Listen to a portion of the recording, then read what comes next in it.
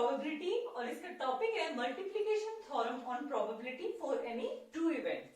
ठीक है, इससे पहले जो प्रीवियस वीडियो था देखिए उसमें अपन ने कंडीशनल प्रोबेबिलिटी के बारे में डिस्कशन किया था। ठीक है, किसके बारे में डिस्कशन किया था? कंडीशनल प्रोबेबिलिटी के बारे में। आपको बता दिया था मैंने कि भाई कंडीशनल प्रोबेबिलिटी जो है वो किसी भी दो इवेंट में किसी एक इवेंट के लिए अपन कंडीशनल प्रोबेबिलिटी कैसे फाइंड कर सकते हैं, जब आपका एक इवेंट अकर हो चुका है, ठीक है, और दूसरा इवेंट जो है उसकी कंडीशनल प्रोबेबिलिटी अपन फाइंड करते थे। देखिए मल्टीप्लिकेशन थ्योरम जो है ना उसको देखिए ऊपर मैंने एक ब्रैकेट में लाइन लिखी है जिसका मतलब है this is a extension form for conditional probability. मतलब मल्टीप्लिकेशन थ्योरम जो है वो कंडीशनल प्रोबेबिलिटी की एक एक्सटेंशन फॉर्म है। कैसे? जैसे कि देखिए बात करेंगे जब अपना मल्टीप्लिकेशन थ्योरम के सिंबॉलिकली मीन्स का अपन बात करेंगे ना, तो इसको ध्यान से देखिए। जब आप इसका सिंबॉलिकली मीन्स देखेंगे तो आपको ये पता चलेगा कि भाई ये तो क्या है, कंडीशनल प्रोबेबिलिटी आ गई।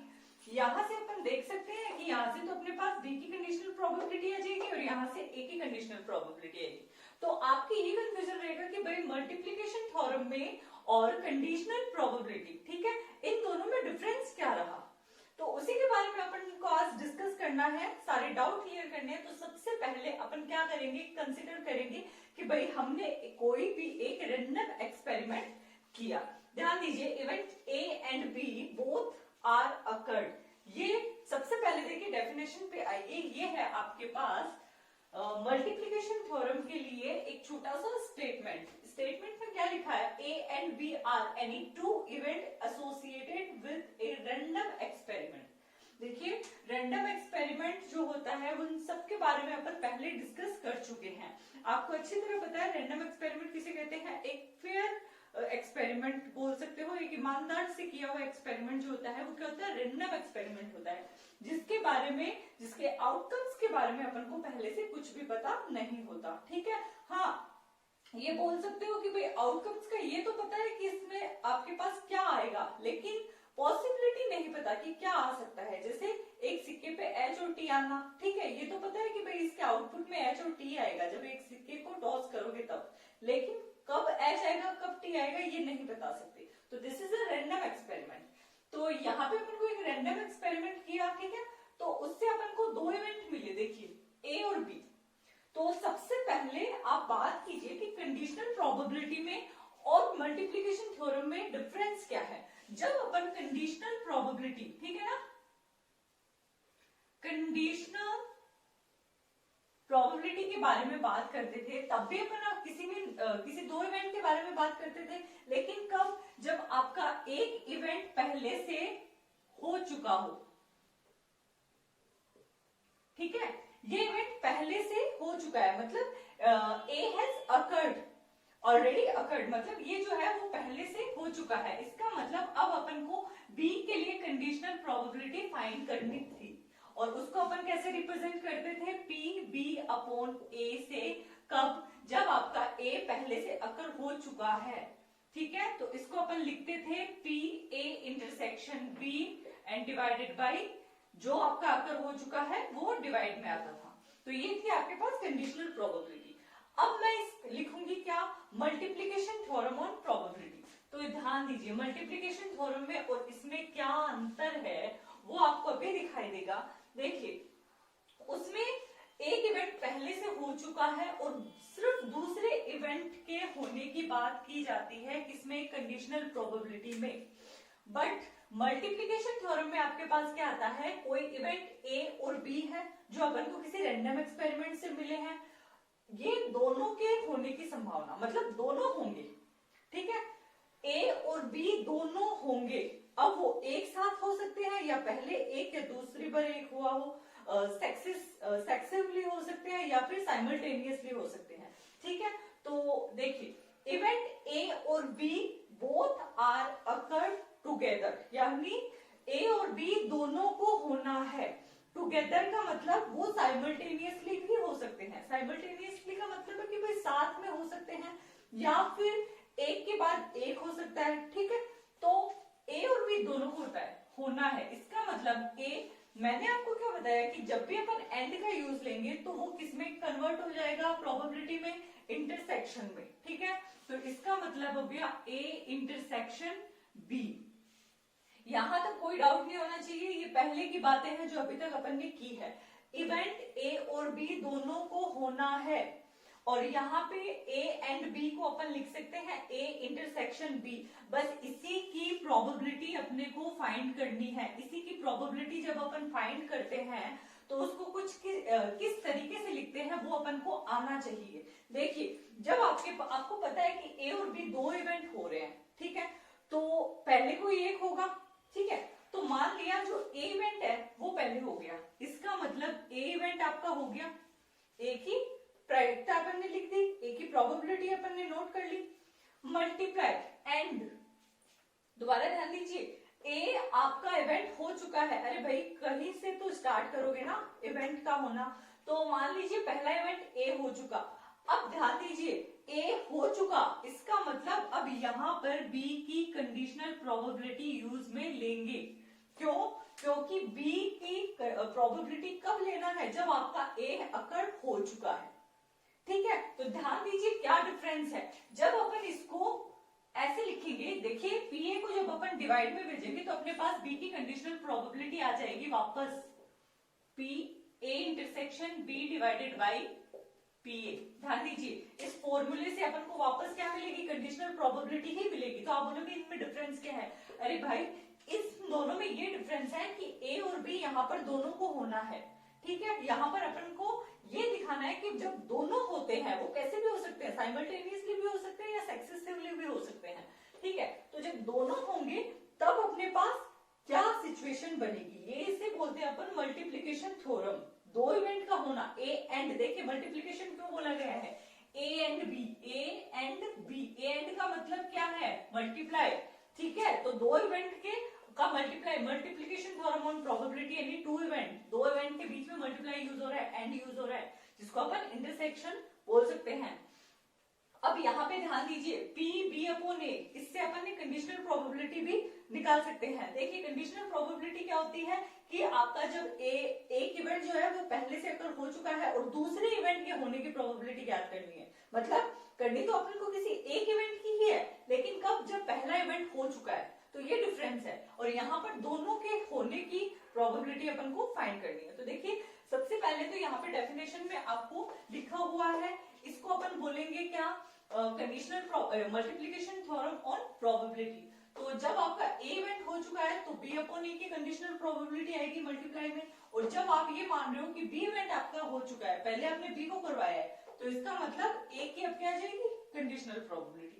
तो इस बॉक्स में जो आपको दिखाई दे रहा है उसको अपन बोलेंगे मल्टीप्लीकेशन थ्योरम ऑन प्रोबेबिलिटी। ठीक है, अब ध्यान दीजिए एक एग्जांपल देखते हैं जिसपे अपन को अच्छे से समझ में आएगा कि भाई इन दोनों में डिफरेंस कैसे करें अपन। ठीक है, तो देखिए यहाँ पर मैंने एक एग्जांपल लिया है, an box contain 10 black ball. ठीक है, यहाँ पे बी लिखा हुआ है, it means black ball, and 5 white balls, 2 balls are drawn from the box one after other without replacement. ध्यान दीजिए, without replacement. What is the probability both drawn ball are black? ध्यान दीजिए, दोबारा क्वेश्चन को पढ़िए। क्वेश्चन में क्या लिखा है, क्वेश्चन को आप समझने की कोशिश कीजिए। एक बॉक्स, किसी बॉक्स के अंदर कंटेनिंग एनी 10 balls, 10 आपके पास जो है ब्लैक बॉल्स है, और उसमें 5 जो है वो क्या है आपके पास, व्हाइट बॉल्स है। ठीक है, अब 10 एंड 5 टोटल बॉल्स आपके पास कितनी हो गई, 15।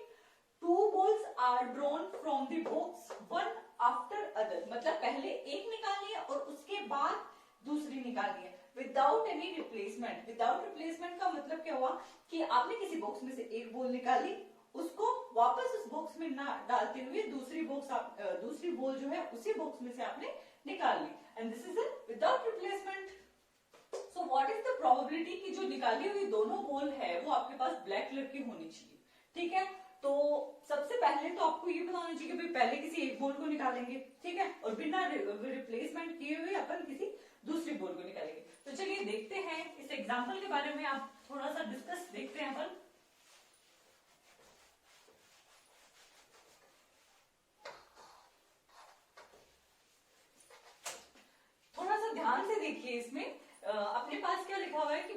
एक बॉक्स है जिसमें आपके पास कितनी है 10 तो ब्लैक बॉल्स और साथ में 5 जो है वो क्या है व्हाइट बॉल। तो आपके पास टोटल बॉल्स जो होगी वो कितनी होगी 10। ठीक है, तो सैंपल स्पेस में देखिए टोटल बॉल्स जो होगी कितनी होगी आपके पास 15। ठीक है, 10 बॉल प्लस 5 ये आपके पास क्या होगी टोटल बॉल 15। अब यहाँ पे क्या बोला गया है कि 2 बॉल आपको उसमें से निकालना है विदाउट रिप्लेसमेंट। तो देखिए मैं क्या करती हूँ, पहले एक इवेंट कंसीडर करती हूँ कि first drawn ball is black, मतलब मैंने पहली बॉल निकाली और वो क्या हो ब्लैक कलर की हो। क्योंकि देखिए क्या पूछा है आपको, what is the probability drawn balls या फिर both drawn balls are black, दोनों बॉल जो होनी चाहिए वो ब्लैक होनी चाहिए। तो इसका मतलब मैं आपका ए इवेंट कंसीडर करती हूँ क्योंकि पहले तो किसी एक बॉल को निकालना है ना। यहाँ पे ध्यान दीजिए इसमें लिखा है from the box one after other without replacement, पहले एक निकालनी है बिना रिप्लेसमेंट किए, दूसरी निकालनी है, मतलब 2 इवेंट हो रहे हैं यहाँ पे। तो यहाँ पे देखिए ए का मतलब first drawn ball is black. ठीक है, मैंने क्या माना कि जो आपकी फर्स्ट बॉल है वो क्या है ब्लैक कलर की है। तो जब आप फर्स्ट बॉल निकालते हो तो उसका आप विदाउट रिप्लेसमेंट, अब यहां पर अपने पास बीच में है विदाउट रिप्लेसमेंट। ठीक है, विदाउट रिप्लेसमेंट किए आपको दूसरी बॉल निकालनी है and second drawn ball is black without replacement।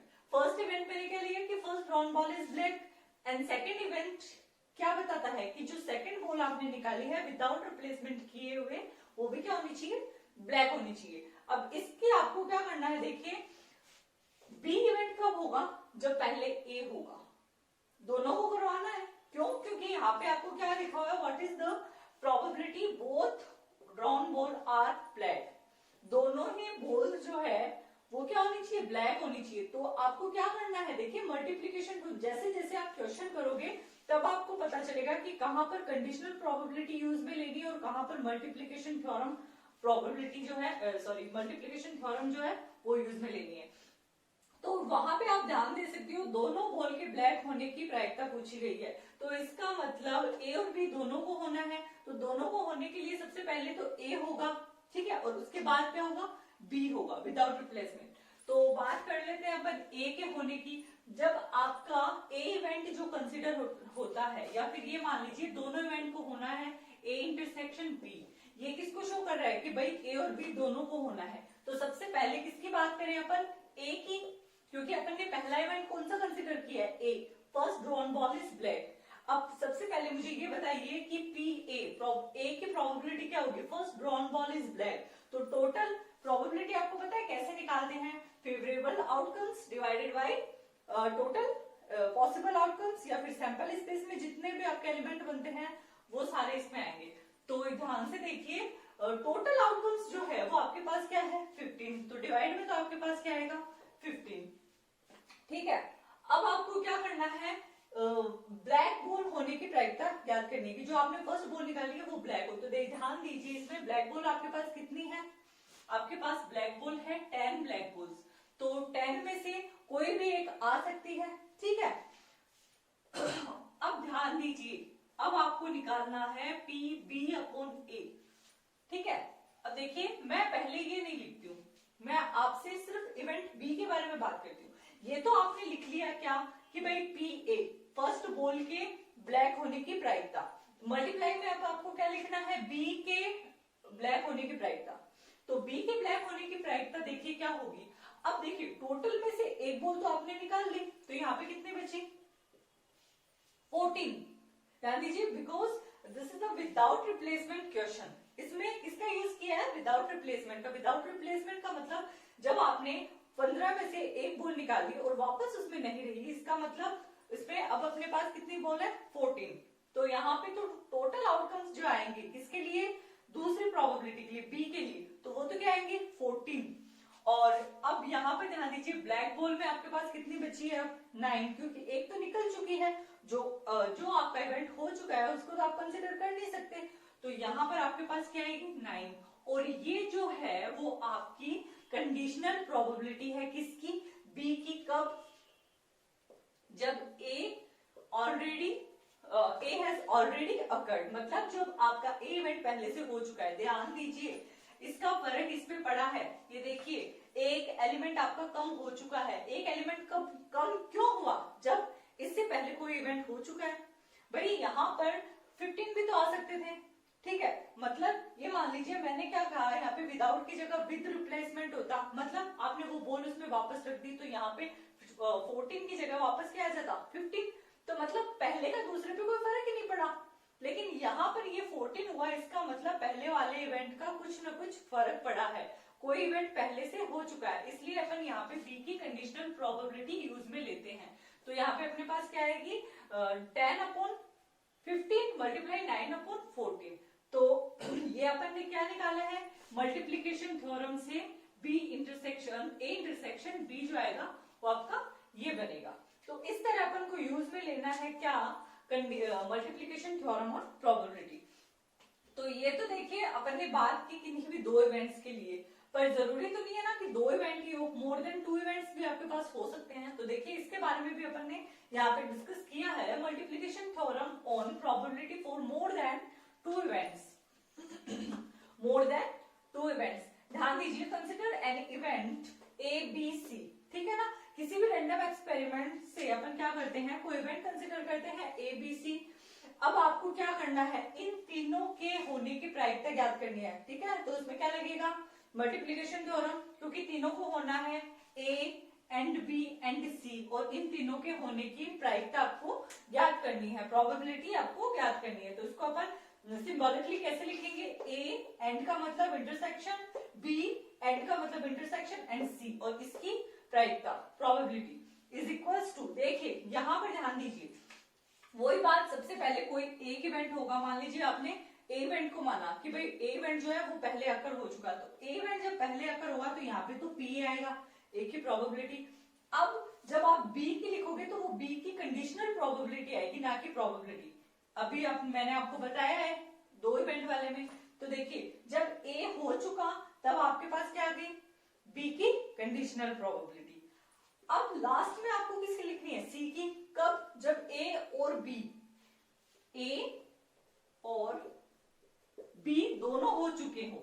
ए और बी को आप क्या लिखोगे, ए इंटरसेक्शन बी, ठीक है ना। तो ए इंटरसेक्शन बी आ गया यहाँ पे, ये क्या हो गई, सी की कंडीशनल प्रोबेबिलिटी। कब, जब ए और बी आपका दोनों इवेंट जो है अकर हो चुके हैं। इसको मैंने देखिए थोड़ा सा थ्योरेटिकल फॉर्म में भी लिखा है, आप इसको समझने की कोशिश कीजिए। सबसे पहले प्रोबेबिलिटी ऑफ ए की प्रोबेबिलिटी आ जाएगी, फिर मल्टीप्लाई में प्रोबेबिलिटी ऑफ बी जो आएगी वो किस कंडीशनल प्रोबेबिलिटी आएगी यहाँ पे, conditional probability of B when A has occurred, when A has already occurred, मतलब आपका जो आएगा ए जो है वो पहले अकर हो चुका है, उस टाइम पे बी की कंडीशनल प्रोबेबिलिटी इसके मल्टीप्लाई में आएगी। उसके बाद में आप, मैंने क्या लिखा है, सी की भी क्या आएगी, कंडीशनल प्रोबेबिलिटी, ठीक है। कब, जब A and B both are occurred, मतलब दोनों ही अकर्ड हो चुके हैं, और ए एंड बी को ए इंटरसेक्शन बी लिख सकते हैं। तो यहाँ पर सी की कंडीशनल प्रोबेबिलिटी आएगी कब, जब ए एंड बी दोनों ही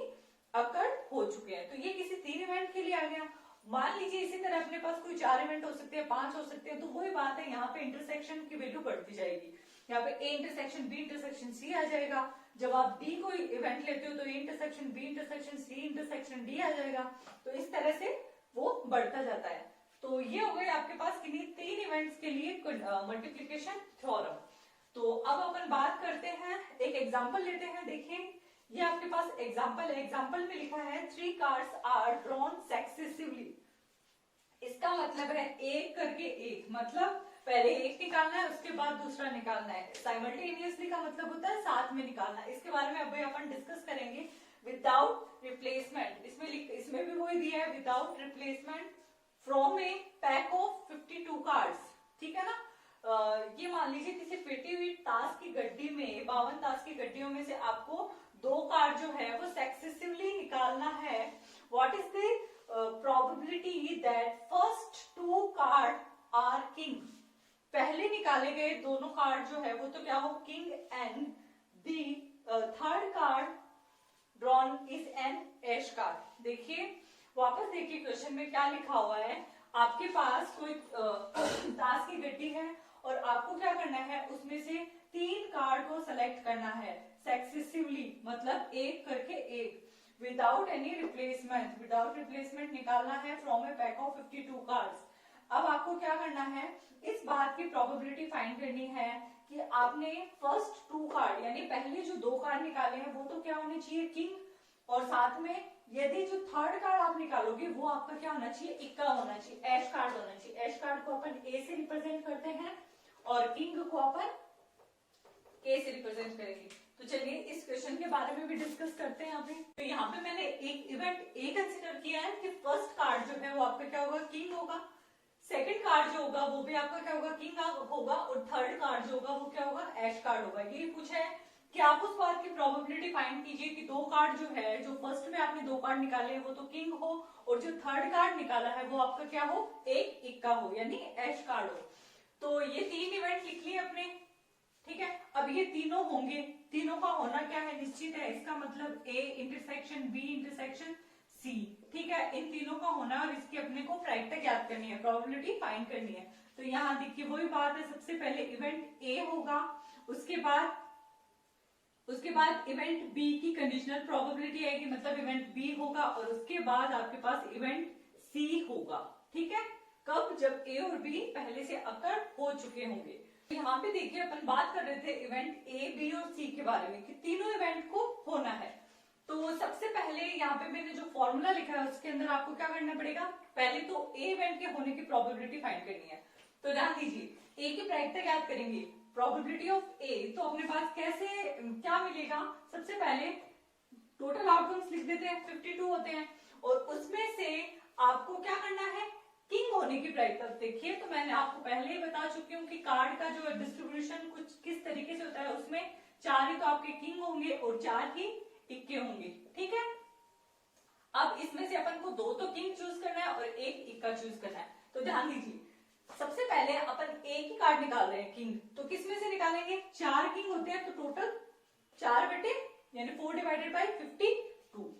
अब मल्टीप्लाई 4 डिवाइडेड बाई 52। अब अपन को क्या करना है, जब इन 52 पत्तों में से एक पत्ता आपका निकल चुका है, एक कार्ड जा चुका है, तब आपको क्या करना है, बी की प्रोबेबिलिटी फाइंड करनी है। मतलब एक इवेंट जब आपका हो चुका है तब आप बी की कौन सी प्रोबेबिलिटी फाइंड करोगे, कंडीशनल प्रोबेबिलिटी। तो यहाँ पे कंडीशनल प्रोबेबिलिटी फाइंड कीजिए, 52 में से तो एक कार्ड जा चुका, ध्यान दीजिए अभी यहाँ पे 52 में से एक किंग जो है वो आपका जा चुका, तो एक ही कार्ड वापस बचा रिमेनिंग, ठीक है ना। अब आपको सिर्फ एक कार्ड और निकालना है किंग में से, और टोटल कार्ड में से आपके पास एक माइनस हो गया, तो आपके पास कितने बचे, टोटल आउटकम्स 51। तो बी के लिए कंडीशनल प्रोबेबिलिटी जब आप फाइंड करते हो तो आपके जो पॉसिबल आउटकम्स बनेंगे वो कितने होंगे, 51। अब यहाँ पे आपको करना है क्या करना है, आपको वापस किंग ही निकालना है बी में भी। तो देखिए 4 में से एक कार्ड आपका जा चुका है, तो कितने बचे, 3, 4 में से एक कार्ड तो चला गया, किंग आपने निकाल लिया, तो अब उन 3 किंग में से एक और किंग आपको निकालना है। तो ये हो गई आपके पास बी की कंडीशनल प्रोबेबिलिटी। ये बी की प्रोबेबिलिटी नहीं है, ये बी की कंडीशनल प्रोबेबिलिटी है, जब आपका ए जो है वो पहले से ही अकर हो चुका है। उसके बाद बात करते हैं इवेंट सी के होने की। तो इवेंट सी कब होगा, जब both A and B both are have already occurred, मतलब दोनों पहले से ही अकर हो चुके हैं। तो ध्यान दीजिए 52 में से आपके पास फिर टोटल कार्ड कितने थे, 52। अब आपने क्या किया, उनमें से 2 कार्ड निकाल लिए, दोनों किंग निकाल लिए, तो आपके पास कितने बचे, 50 बचे ना, तो टोटल तो आएंगे आपके पास 50। अब आपको निकालना क्या है, सी क्या होना चाहिए, एक ऐश कार्ड। ऐश कार्ड कितने हैं, अभी भी अपने पास 4, तो 4 में से आप क्या निकालोगे, एक ऐश कार्ड निकालोगे। अब देखिए इसका एक बहुत ही बढ़िया तरीका है जिसे आप लिख सकते हो, ये तरीका लिख सकते हो। ऑब्वियसली आप जब प्रोबेबिलिटी के बारे में बात करते हो तो अपन नॉर्मल यही फॉर्मूला लगाते हैं कि favourable outcomes divided by possible outcomes. लेकिन देखिए किन्हीं भी कार्ड में से कुछ कार्ड सेलेक्ट करने के जो तरीके होते हैं उसको अपन कॉम्बिनेशन से शो करते हैं। तो आप इसको यदि कॉम्बिनेशन के फॉर्म में लिखेंगे तो आपके लिए बहुत ज्यादा बेनिफिट होगा इस बात का तो यहाँ पे ध्यान दीजिए, यहाँ पे मैंने क्या किया, 4 कार्ड है, 4 में से आपको एक कार्ड सिलेक्ट करना है, तो 4C1 मतलब 4 राजा में से अपन ने एक राजा को सेलेक्ट किया है। इसी तरह 52 पत्तों में से मैंने एक पत्ते को सेलेक्ट किया है। तो किन्हीं भी n चीजों में से, ठीक है, किन्हीं भी n ऑब्जेक्ट में से r ऑब्जेक्ट को सेलेक्ट करने के तरीके होते हैं NCR। ये आपके पास परमुटेशन और कॉम्बिनेशन में आप स्टडी करते हो। तो यहाँ पे ये आ गया, और उसके बाद 3 में से एक कार्ड निकालना और 51 में से एक कार्ड निकालना, तो ये भी आ गया अपने पास। इसको अपन क्या लिखेंगे, 4C1 एंड 50C1। तो इस तरीके से अपन लिखेंगे इसको, तो अपने को ज्यादा बेनिफिट होगा, ज्यादा अच्छा रहेगा आपके लिए।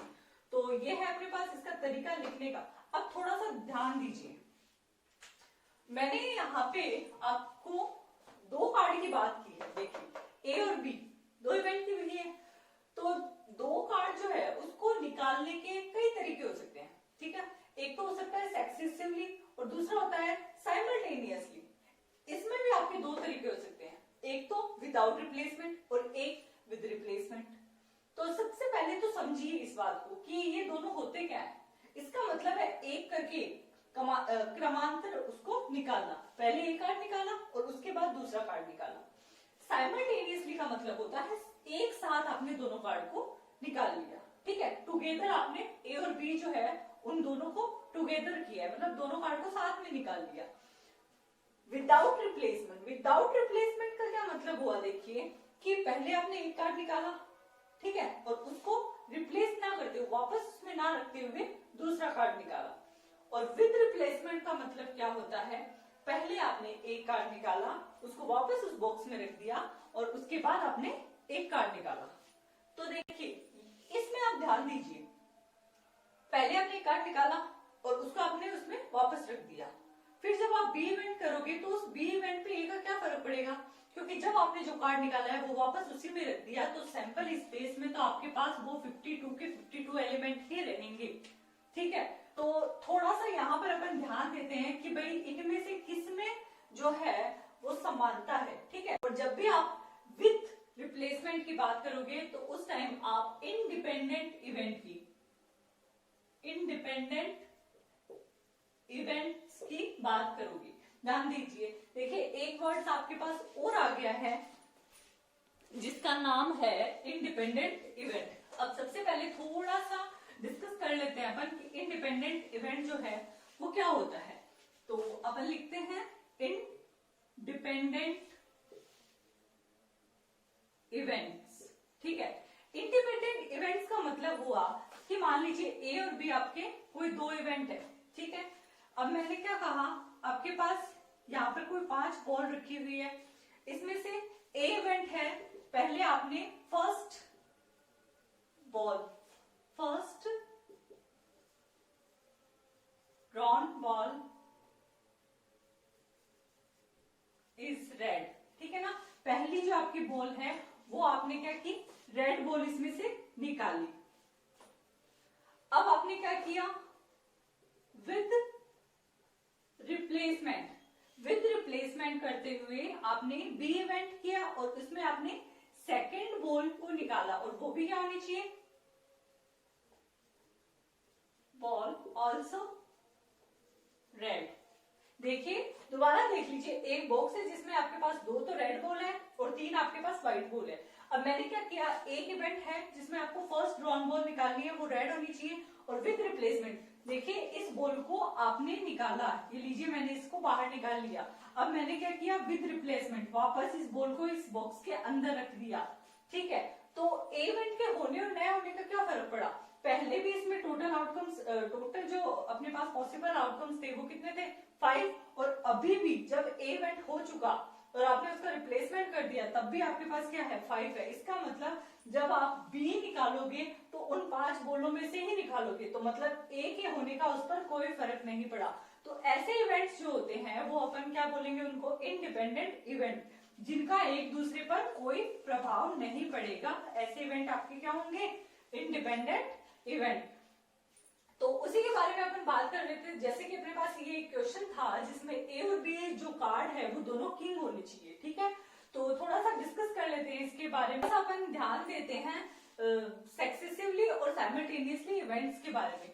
तो सक्सेसिवली में मैं आपके ले रही हूं विदाउट रिप्लेसमेंट, विदाउट रिप्लेसमेंट, और एक तरफ मैं क्या ले रही हूं साइमल्टेनियसली, साइमल्टेनियसली, ठीक है। एक बार आप स्पेलिंग पे ना जाएं, सिर्फ इसको समझने की कोशिश करें। तो यहाँ पे देखिए विदाउट रिप्लेसमेंट और यहाँ पे है साइमल्टेनियसली। इन दोनों से क्या मल्टीप्लिकेशन थ्योरम के अकॉर्डिंग आंसर सेम आएगा, ये अपन देख रहे हैं। इसमें अपन अपने पास इसमें हमेशा क्या लगेगी, मल्टीप्लिकेशन थ्योरम लगेगी। इतनी सी बात ध्यान रखिए, विदाउट रिप्लेसमेंट और साइमल्टेनियसली की बात आएगी तो अपने पास क्या लगेगी, मल्टीप्लिकेशन थ्योरम ऑन प्रोबेबिलिटी। और जब भी विद रिप्लेसमेंट की बात आती है तो वहां पर आपके वो इवेंट क्या होंगे, इंडिपेंडेंट इवेंट। तो इनकी बात कर रहे हैं तो देखिए सबसे पहले मैं इसी एग्जांपल पे ये दोनों इवेंट कंसीडर करती हूँ। तो आपको क्या करना है, 52 कार्ड्स में से पहले ए इवेंट होगा, ठीक है ना। पहले कौन सा इवेंट हो रहा है आपका, ए, तो ए की प्रोबेबिलिटी फाइंड करनी है। तो सबसे पहले 52 में से आपने क्या किया, 4C1 एंड 52C1 ये निकाला, और इसी के साथ दूसरा आपने इवेंट किया। दूसरा इवेंट कैसे होगा, अब आपने क्या किया, विदाउट रिप्लेसमेंट, उसको रिप्लेसमेंट नहीं किया है उसका। अब आप क्या करोगे, 51C1 और साथ में 3C1 ये आएगा।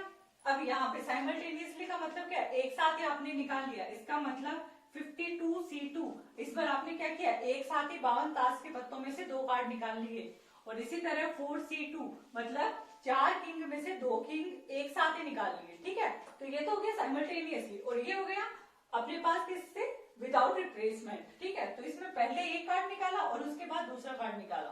तो देखिए इनसे आंसर क्या सेम आ रहा है क्या, ये ध्यान दीजिए। 4C1 NCR जो आपके पास होता है, ये n की वैल्यू अपने पास 1 हो, यहाँ पे देखिए इसका मान जो होता है NCR का, वो आप कैसे फाइंड करते हो, n माइनस r का फैक्टोरियल अपॉन, सॉरी n का फैक्टोरियल, n माइनस r का फैक्टोरियल इंटू r का फैक्टोरियल। तो यहाँ पर जब अपन इसकी बात करेंगे तो देखिए यहाँ पे क्या आएगा आपके पास, फैक्टोरियल 4 NC1 को अपन क्या लिख सकते हैं, वैसे तो n ही लिख सकते हैं, तो अपन सीधे इसको फैक्टोरियल 4 लिख देते हैं, इसको फैक्टोरियल 52 लिख देते हैं, मल्टीप्लाई फैक्टोरियल 3 एंड फैक्टोरियल 51 ये मिलेगा आपको। और यहाँ पे देखिए इसको आप कीजिए सॉल्व, तो आपके पास क्या आएगा, factorial 4 divided by factorial 2 into factorial 2, और उसके बाद यहाँ पर देखिए तो क्या आएगा, factorial 52 factorial 2 and factorial 50 factorial. इसकी वैल्यू आपके पास आएगी 4/52 मल्टीप्लाई 3/51, बिकॉज NCR जो होगा, या फिर यहाँ पे n की वैल्यू 1 हो तो आपके पास क्या आ जाएगा, n ही आएगा। तो इसका मतलब 4/52 एंड 3/51, ये तो आ गया आपके पास विदाउट रिप्लेसमेंट से आंसर।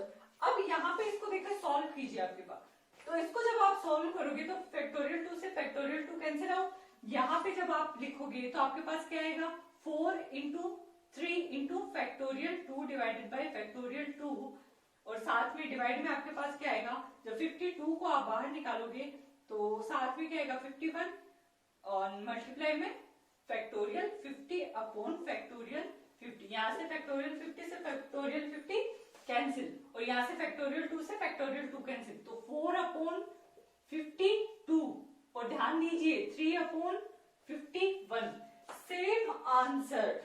देखिए जब आप विदाउट रिप्लेसमेंट से और साइमल्टेनियसली किसी क्वेश्चन को करते हो तो इनमें कोई डिफरेंस नहीं आएगा आंसर में, चाहे आप पत्तों को एक साथ निकालो या फिर 1 बाय 1 करके निकालो, इससे कोई फर्क नहीं पड़ता। दोनों की जो प्रोबेबिलिटी है वो क्या आएगी, इक्वल आएगी। तो इस कंडीशंस में, इन दोनों कंडीशन में तो अपन मल्टीप्लिकेशन थ्योरम का यूज करेंगे, और विद रिप्लेसमेंट में अपन किसका यूज करेंगे, इंडिपेंडेंट इवेंट्स का।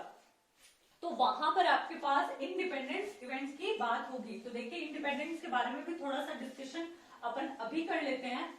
तो देखिए विद रिप्लेसमेंट, अभी तो अपन ने लिया था विदाउट रिप्लेसमेंट एंड साइमल्टेनियसली, अब अपन लेते हैं विद रिप्लेसमेंट, ठीक है ना। विद रिप्लेसमेंट, जब अपन विद रिप्लेसमेंट की बात करते हैं और वो ए और बी मतलब 2 राजा अपन को निकालना है, 2 किंग अपन को ड्रॉन करना है, तो इसका मतलब सबसे पहले क्या होगा, आपने 52 कार्ड लिए, ठीक है, और उसमें से क्या किया 4C1 ए कार्ड निकाल लिया, ये आपने क्या किया, इवेंट ए किया, और उसके बाद ध्यान दीजिए, उसके बाद आपने क्या किया, उसको उस किंग को वापस किसमें रख दिया, उसी बॉक्स में रख दिया।